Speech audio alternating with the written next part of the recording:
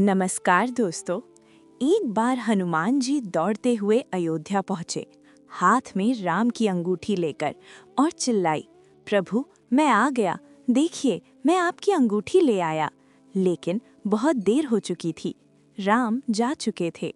हनुमान जी की चीख पूरी अयोध्या में गूंज गई। वो चीख इतनी दर्द भरी थी कि पत्थर भी पिघल जाते। आखिर क्यों हनुमान जी को अंगूठी लेने पाताल भेजा गया? क्या ये एक साजिश थी या फिर समय का कोई नियम? और सबसे बड़ा सवाल, पाताल लोक में हनुमान जी ने क्या देखा जिसने उनकी दुनिया ही बदल दी? आज मैं आपको सुनाने जा रही हूँ एक ऐसी कहानी जो आपके रोंगटे खड़े कर देगी। एक कहानी जिसमें है राज, रहस्य और अटूट भक्ति का प्रमाण। तो बने रहिए मेरे साथ अंत तक, क्योंकि इस कहानी का हर पल आपको चौंकाएगा। दोस्तों, आज की कहानी सिर्फ एक कहानी नहीं है, ये एक रहस्य है। एक ऐसा रहस्य जो हमें बताता है कि समय क्या है, जीवन क्या है और मृत्यु क्या है। आपने देखा होगा कि हर मंदिर में, हर राम की मूर्ति के पास हनुमान जी की मूर्ति जरूर होती है। कभी सोचा है क्यों? क्योंकि हनुमान जी अभी भी जिंदा हैं, वो अभी भी राम की सेवा कर रही हैं। लेकिन सवाल ये है, कैसे कोई हजारों साल जिंदा रह सकता है? इसका जवाब छिपा है उस दिन में जब एक अंगूठी गिरी थी।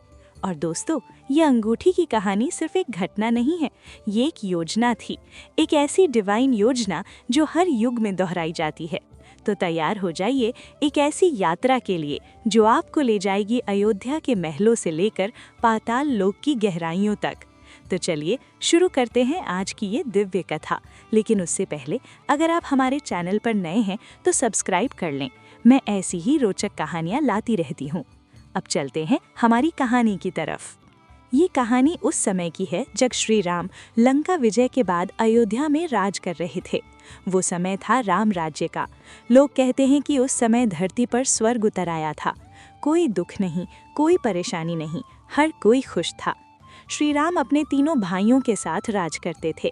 भरत, लक्ष्मण और शत्रुघ्न सब अपना अपना काम बड़ी ईमानदारी से करते थे। माता सीता महल की शोभा थीं और हनुमान जी हमेशा श्री राम की सेवा में लगे रहते थे। लेकिन दोस्तों, इस दुनिया में कोई भी हमेशा के लिए नहीं रहता। भगवान भी जब अवतार लेते हैं तो एक निश्चित समय के लिए ही रहते हैं, और जब वो समय पूरा होने वाला होता है तो संकेत मिलने शुरू हो जाते हैं। एक दिन सुबह की बात है, तभी द्वार पर खड़े सिपाही ने अंदर आकर कहा, महाराज, एक बूढ़े साधु आपसे मिलना चाहते हैं। उनकी बात बहुत ज़रूरी है और वो सिर्फ आपसे अकेले में बात करना चाहते हैं। श्री राम ने कहा, ठीक है, उन्हें अंदर भेज दो। वो साधु अंदर आए, लेकिन वो कोई साधारण साधु नहीं थे दोस्तों। वो थे खुद यमराज, मृत्यु के देवता, जो साधु के भेष में आए थे। श्री राम जो सब कुछ जानते थे, तुरंत समझ गए कि ये कोई आम मुलाकात नहीं है। यमराज ने प्रणाम किया और बोले, प्रभु, मुझे आपसे अकेले में बात करनी है। श्री राम ने सभी नौकरों को बाहर भेज दिया। फिर उन्होंने लक्ष्मण को बुलाया और कहा, लक्ष्मण, तुम दरवाजे पर खड़े रहो। जब तक मैं बात कर रहा हूँ कोई भी अंदर नहीं आना चाहिए। लक्ष्मण ने पूछा, भैया, अगर कोई बहुत ज़रूरी काम से आए तो? श्री राम ने बहुत गंभीरता से कहा, लक्ष्मण, ध्यान से सुनो, अगर कोई भी इस कमरे में घुसा तो मुझे उसे मृत्यु दंड देना होगा, ये नियम है। लक्ष्मण सिर झुकाकर दरवाजे पर खड़े हो गए। यमराज ने अपना असली रूप दिखाया। उन्होंने कहा, प्रभु, मैं यमराज हूँ। मैं आपको बताने आया हूँ कि आपका धरती पर रहने का समय पूरा हो रहा है। आपने रावण को मार दिया, धर्म की स्थापना कर दी। अब समय आ गया है कि आप वापस वैकुंठ चले जाएं। श्री राम शांति से सुनते रहे। उन्होंने कहा, यमराज, मैं जानता हूँ, मैं तैयार हूँ। लेकिन दोस्तों, ठीक उसी समय बाहर एक और साधु आए। ये थे दुर्वासा ऋषि। अब दुर्वासा ऋषि कौन थे? ये वो ऋषि थे जो अपने गुस्से और शाप के लिए बहुत मशहूर थे। दुर्वासा ऋषि तपस्या करके आ रहे थे और उन्हें बहुत भूख लगी थी। वो श्री राम से खाना मांगने आए थे। लक्ष्मण ने विनम्रता से कहा, महाराज, प्रणाम। राम जी इस समय एक जरूरी बैठक में हैं, कृपया थोड़ा इंतजार कर लीजिए। दुर्वासा ऋषि भड़क गए। क्या कहा? मैं इंतजार करूं? मैं कई दिनों से भूखा हूं, मुझे अभी राम से मिलना है। दुर्वासा का गुस्सा और बढ़ गया। लक्ष्मण, अगर तुमने मुझे अभी अंदर नहीं जाने दिया तो मैं तुम्हें, राम को और पूरी अयोध्या को शाप दे दूंगा। दोस्तों, अब यहाँ लक्ष्मण जी की मानसिक स्थिति को समझिए। वो द्वार पर खड़े हैं। उनके एक तरफ है भाई का आदेश, दूसरी तरफ है दुर्वासा ऋषि का क्रोध, जो एक शाप में पूरी अयोध्या को खत्म कर सकते हैं। लक्ष्मण जी सोच रहे थे, क्या करूं? अगर मैं दुर्वासा को रोकता हूं तो लाखों लोगों की जान खतरे में पड़ जाएगी, लेकिन अगर मैं अंदर जाता हूं तो मैं अपने भाई की आज्ञा तोड़ूंगा। लेकिन सबसे पहले वो एक सेवक थे, प्रजा के सेवक। तभी उन्हें याद आया, लक्ष्मण, राजा का पहला धर्म है अपनी प्रजा की रक्षा। बस फैसला हो गया। लक्ष्मण जी ने गहरी सांस ली। उन्होंने दुर्वासा जी से कहा, महाराज आइए। और जब उन्होंने वो दरवाजा खोला तो उन्हें पता था कि वो अपनी मौत का दरवाजा खोल रहे हैं, लेकिन उनके चेहरे पर शांति थी। जैसे ही दुर्वासा ऋषि अंदर गए, यमराज गायब हो गए। श्री राम ने लक्ष्मण को देखा। उनकी आंखों में प्यार था, दर्द था। दुर्वासा जी ने अपनी बात कही, श्री राम ने उन्हें खाना खिलाया और विदा किया। जब ऋषि चले गए तो कमरे में सिर्फ 2 भाई रह गए। श्री राम ने लक्ष्मण की तरफ देखा। उनकी आंखों में आंसू थे, लेकिन चेहरे पर एक मुस्कान भी थी। लक्ष्मण ने कहा, भैया, मैं जानता था कि मैं क्या कर रहा हूँ। मैंने आपकी आज्ञा का उल्लंघन किया है, लेकिन मैंने वही किया जो आपने सिखाया था, प्रजा की रक्षा सबसे पहले। राम ने कहा, लक्ष्मण, तुमने मेरी आज्ञा नहीं तोड़ी, तुमने मेरी शिक्षा का पालन किया। लेकिन नियम तो नियम है। मैं तुम्हें मृत्युदंड नहीं दे सकता, लेकिन मुझे तुम्हें त्यागना होगा। तुम अयोध्या छोड़ दो। लक्ष्मण जी समझ गए कि राम से अलग होना ही मृत्यु थी। लक्ष्मण ने कहा, भैया, एक आखिरी बार मुझे गले लगा लीजिए। दोनों भाई एक दूसरे से लिपट गए। दोनों रो रहे थे। लक्ष्मण ने कहा, भैया, अगले जन्म में भी मैं आपका भाई बनूंगा। राम ने कहा, लक्ष्मण, तुम हमेशा मेरे साथ हो। लक्ष्मण ने प्रणाम किया, फिर धीरे धीरे चल दिए सरयू नदी की ओर। जब लक्ष्मण सरयू नदी पर पहुंचे तो उन्होंने आखिरी बार सूर्य को देखा, फिर धीरे धीरे पानी में उतर गए। और दोस्तों, जैसे ही लक्ष्मण जल में समा गए, पूरी प्रकृति रो पड़ी।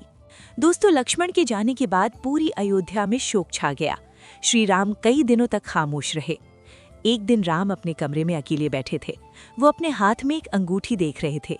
वो अंगूठी उन्हें बचपन से थी। उस पर राम लिखा हुआ था।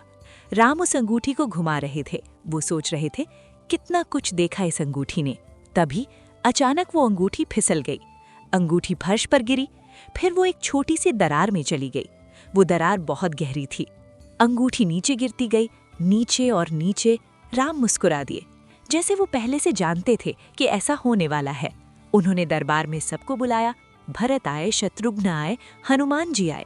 राम ने कहा, मेरी अंगूठी एक गहरी दरार में गिर गई है, शायद पाताल लोक तक चली गई है। कोई है जो उसे ला सके? सब चुप थे।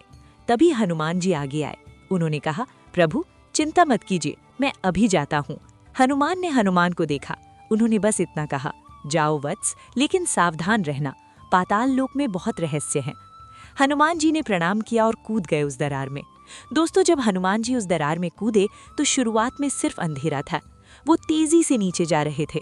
फिर धीरे धीरे उन्हें रोशनियां दिखने लगीं, नीली, हरी, लाल। वो कई अलग अलग लोगों से गुजर रहे थे। आखिरकार वो पहुंचे पाताल लोक में। वहां का नजारा अद्भुत था। सोने की दीवारें थीं, हीरे मोती जड़े हुए थे। वहां विशाल नाग घूम रहे थे। जैसे ही हनुमान जी दिखे, एक नाग सिपाही तेजी से आया। उसने पूछा, कौन हो तुम? हनुमान जी ने कहा, मैं हनुमान हूँ, मैं श्री राम का दास हूँ। मैं यहाँ एक अंगूठी ढूंढने आया हूँ। नाग सिपाही ने मुस्कुराते हुए कहा, हनुमान, राम की अंगूठी? आओ, तुम्हें ले चलता हूँ। वो सिपाही हनुमान को एक बहुत बड़े हॉल के सामने ले गया। उसने कहा, अंदर जाओ। हनुमान जी ने दरवाजा खोला और अंदर कदम रखा। दोस्तों, जो हनुमान जी ने उस हॉल में देखा, वो देखकर वो सन रह गए। वो हॉल बहुत बड़ा था और उस पूरे हॉल में अंगूठियां ही अंगूठियां थी। लाखों, करोड़ों, अरबों अंगूठियां। और सब में एक बात कॉमन थी, सब पर राम लिखा था। हनुमान जी ने एक अंगूठी उठाई, उस पर राम लिखा था। फिर दूसरी, तीसरी, सब एक जैसी। हनुमान बड़बड़ाए, ये क्या मांजरा है? कुछ अंगूठियां बहुत पुरानी लग रही थी, लेकिन उन पर भी राम साफ साफ लिखा था। ये कैसे हो सकता है? मेरे प्रभु तो अभी हैं। तभी वहां एक आवाज गूंजी, स्वागत है हनुमान, मैं जानता था तुम आओगे। हनुमान ने पीछे मुड़कर देखा। वहां खड़े थे नाग राजा वासुकी। हनुमान ने कहा, नाग राजा प्रणाम, मैं अपने प्रभु की अंगूठी ढूंढने आया हूँ, लेकिन यहाँ तो लाखों अंगूठियां हैं। वासुकी ने कहा, बैठो हनुमान, मैं तुम्हें एक बहुत बड़ा राज बताता हूँ। हनुमान बैठ गए। वासुकी ने शुरू किया। हनुमान, समय एक सीधी रेखा नहीं है, ये एक चक्र है। इस ब्रह्मांड में 4 युग होते हैं, सतयुग, त्रेता युग, द्वापर और कलयुग। जब कलयुग खत्म होता है तो फिर से सतयुग शुरू होता है और ये चक्र चलता रहता है अनंत काल तक। वासुकी ने एक बहुत पुरानी अंगूठी उठाई। उन्होंने कहा, ये देखो, ये अंगूठी है 43वें त्रेता युग की। उस युग में भी राम का अवतार हुआ था। हनुमान चौंक गए। क्या मतलब पहले भी? हाँ हनुमान, हर युग में राम आते हैं और सबसे महत्वपूर्ण बात, हर युग में तुम भी आते हो। हर युग में तुम राम की सेवा करते हो। हर बार तुम यहीं पहुंचते हो। हनुमान का सिर घूम गया। मतलब मैं पहले भी? हाँ, तुम हर युग में आते हो। हर बार तुम राम की सेवा करते हो। लेकिन मुझे कुछ याद क्यों नहीं? वासुकी ने कहा, क्योंकि हर जन्म में तुम्हारी मेमोरी रीसेट हो जाती है, लेकिन तुम्हारी भक्ति नहीं बदलती। और ये अंगूठी का गिरना? वासुकी ने कहा, ये कोई दुर्घटना नहीं है, ये एक संकेत है। जब राम का धरती पर काम पूरा हो जाता है तो ये अंगूठी गिरती है और फिर तुम्हें यहाँ भेजा जाता है। जब तक तुम यहाँ हो तब तक ऊपर समय बीत जाता है। जब तुम वापस जाओगे तो राम का अवतार खत्म हो चुका होगा। हनुमान की आंखों में आंसू आ गए। उन्होंने चिल्लाकर कहा, नहीं, ये झूठ है। वासुकी ने कहा, हनुमान शांत हो जाओ, ये सच है, लेकिन तुम्हारे लिए कुछ खास है। तुम चिरंजीवी हो, तुम हमेशा रहोगे। हर युग में तुम राम की सेवा करोगे। हनुमान ने एक अंगूठी उठाई। वासुकी ने कहा, अब जाओ हनुमान। हनुमान खड़े हो गए। उन्होंने वो अंगूठी कसकर पकड़ी और कहा, मैं जा रहा हूँ और मैं अपने प्रभु को देखूंगा। और हनुमान जी तेजी से ऊपर की ओर उड़ चले। तभी उनके सामने प्रकट हुए यमराज। यमदेव ने कहा, हनुमान, अब रुक जाओ, तुम्हारे प्रभु का समय पूरा हो चुका है। हनुमान जी ने कहा, हटो यमराज, मैं अपने राम को देखे बिना नहीं जाऊंगा। यमदेव ने कहा, हनुमान, समय का नियम है, जब तुम पहुंचोगे तब तक राम वैकुंठ जा चुके होंगे। हनुमान जी ने चिल्लाकर कहा, मुझे नहीं मानना आपका नियम, मैं चिरंजीवी हूँ, मैं काल से परे हूँ, आप मुझे रोक नहीं सकते। यमराज मुस्कुराए, इसीलिए तुम अमर हो हनुमान, जाओ, मैं तुम्हें रोक भी नहीं सकता।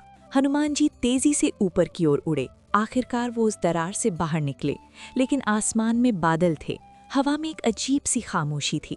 हनुमान जी तेजी से महल की ओर उड़े, लेकिन महल में कोई हलचल नहीं थी।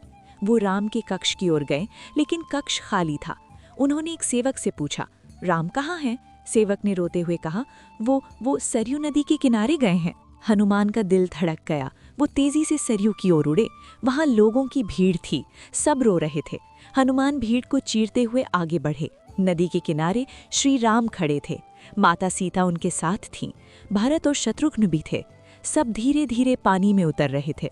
हनुमान चिल्लाए, नहीं प्रभु, रुकिए, मैं आ गया हूँ, देखिए मैं आपकी अंगूठी ले आया। उन्होंने अपना हाथ ऊपर उठाया। श्री राम ने पीछे मुड़कर देखा। उनके चेहरे पर एक मुस्कान आई। राम ने हाथ हिलाया, एक आखिरी विदाई। नहीं, हनुमान दौड़े, लेकिन तब तक राम पानी में समा चुके थे। एक तेज रोशनी हुई और फिर सब शांत हो गया। हनुमान जी किनारे पर गिर पड़े। उन्होंने जोर जोर से चिल्लाया, राम, प्रभु, मत जाइए।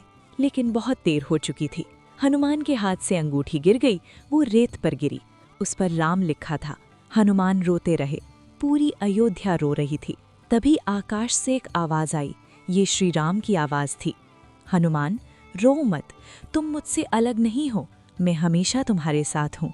तुम चिरंजीवी हो हनुमान, तुम्हें हर युग में मेरी सेवा करनी है।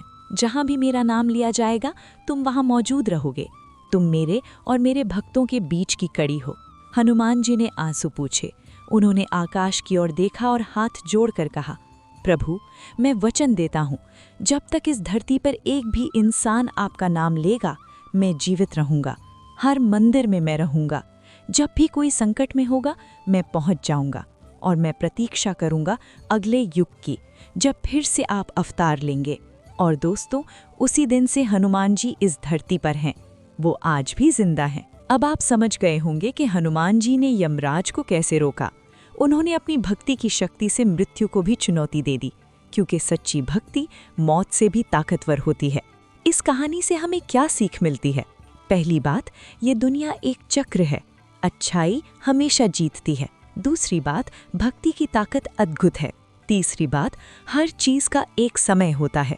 और सबसे बड़ी सीख, हनुमान जी आज भी हमारे बीच हैं। जब भी आप मुश्किल में हो तो उन्हें याद करो।